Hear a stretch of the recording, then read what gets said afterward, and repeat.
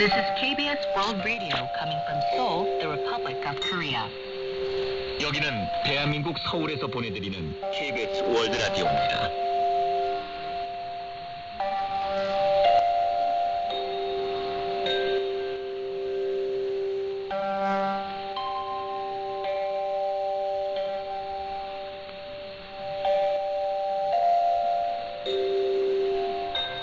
This is KBS World Radio coming from Seoul, the Republic of Korea.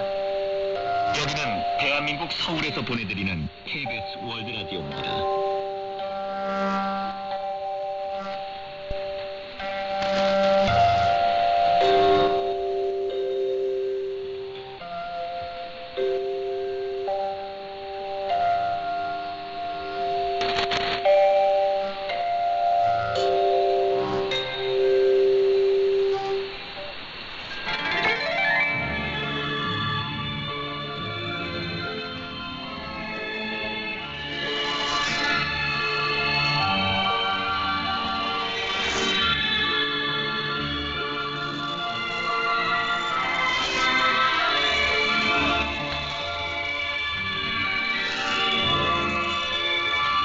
This is KBS World Radio, the overseas service of the Korean Broadcasting System, coming to you from Seoul, the capital of the Republic of Korea. We now begin today's English broadcast on KBS World Radio.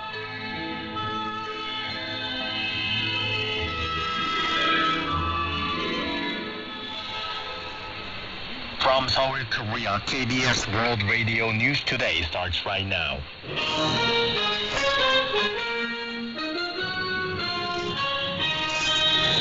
On today's broadcast, South Korea and the U.S. plan a large-scale joint air drill this month amid concerns over continued provocations by North Korea. Prosecutors seek an arrest warrant for former Defense Minister Holt in a probe into the previous government's handling over a fisheries official's death by the North. And South Korea is grouped with Japan at the 2023 World Baseball Classic. This is KBS World Radio News. I'm Kwon Jang-woo.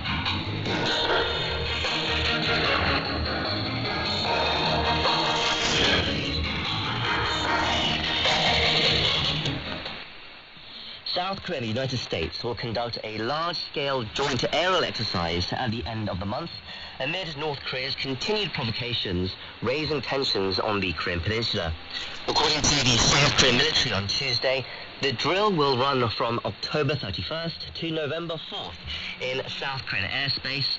South Korea will dispatch some 140 aircraft, including F-35A stealth jets and F-15K fighter jets, while the U.S. will send some 100 jets, including F-35B multi-role combat aircraft.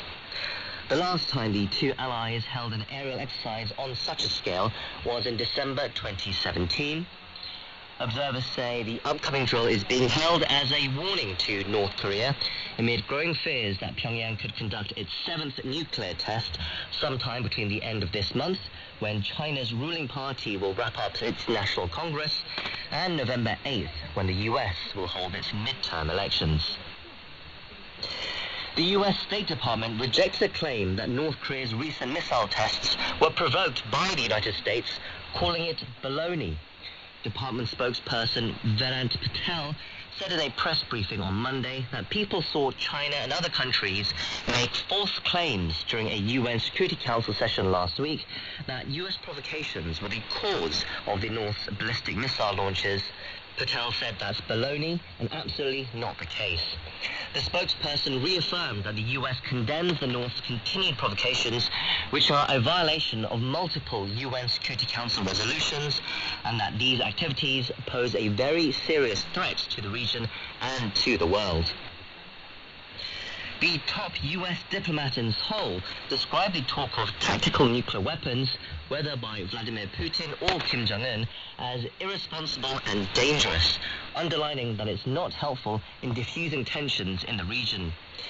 U.S. Ambassador Philip Goldberg made the remarks at a forum hosted by the Kwanhun Club on Tuesday when asked about the idea of U.S. forces Korea redeploying tactical nuclear arms on the Korean Peninsula.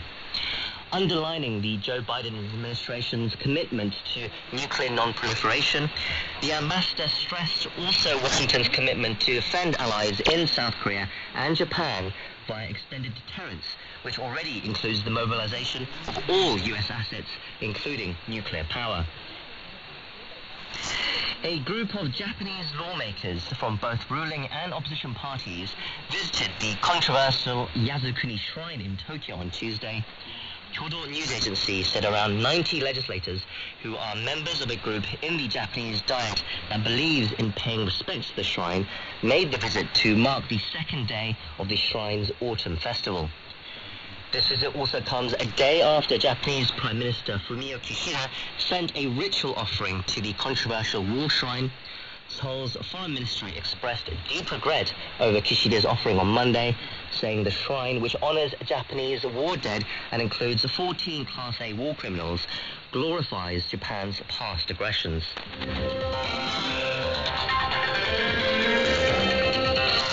You are now listening to the news from KBS World Radio's News Center in Seoul, Korea. Prosecutors have requested arrest warrants for former Defense Minister Seo Uk and former Coast Guard Commissioner General Kim Hong-hee for their alleged mishandling of a case involving a Seoul fisheries official shot dead by North Korean soldiers in 2020. The Seoul Central District Prosecutor's Office on Tuesday sought the first arrest in the investigation, which was launched after the family of Lee Dae-jun, the deceased official, filed a complaint in June. Former President Moon Jae-in's Defense Minister Seo is accused of ordering the deletion of classified military intelligence that challenged the government's assumption at the time that Lee had attempted to defect to the north before being shot. Last week, the Board of Audit and Inspection had announced that its probe into the matter had concluded that the previous government intentionally distorted facts to make it appear as if Lee was shot while attempting to flee to the north without any conclusive evidence. Meanwhile, the former Coast Guard chief is accused of manipulating evidence to create the impression that the official had attempted to defect. Science Minister Lee Jong-ho apologized during a parliamentary audit on Tuesday for the disruption in Kakao Corporation's services caused by a data center fire over the weekend. Attending the audit by the National Assembly's Science and ICT Committee in Daejeon, Lee gave a report about the blaze which started on Saturday at an SK CNC building in Pangyo City, where Kakao servers are located. He said the government views the incident very seriously, as unstable communication services not only inconvenience people's lives, but also paralyze economic and social activity. He said that 95% of the electricity supply at the data center has been restored and that key Kakao services, including messaging and taxi-hailing apps, have been normalized.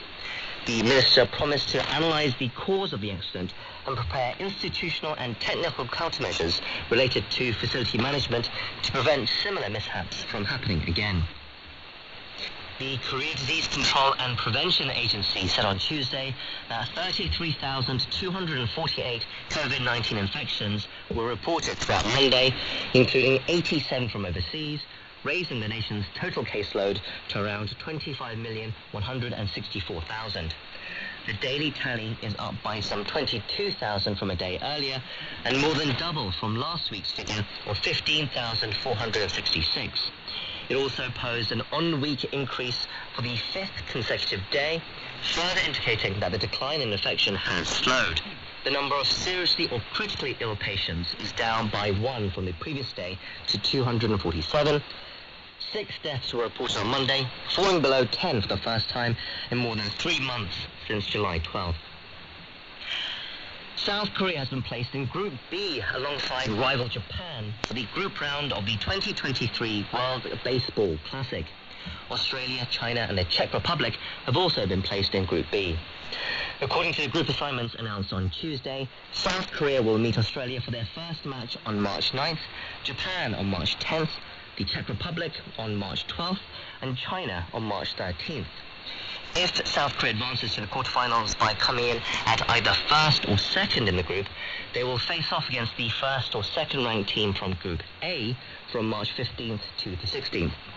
Group A consists of Taiwan, the Netherlands, Cuba, Italy, and Panama. The upcoming tournament will be the 5th WBC since its inauguration in 2006.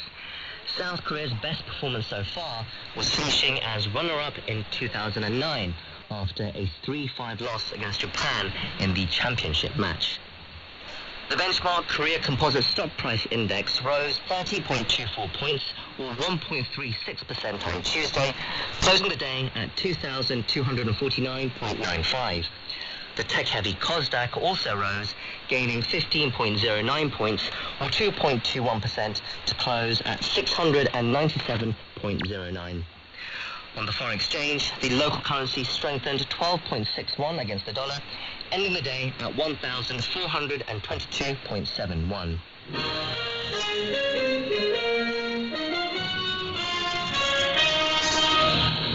And that's the news from KBS World Radio's News Center in Seoul. I'm Won Jang-won.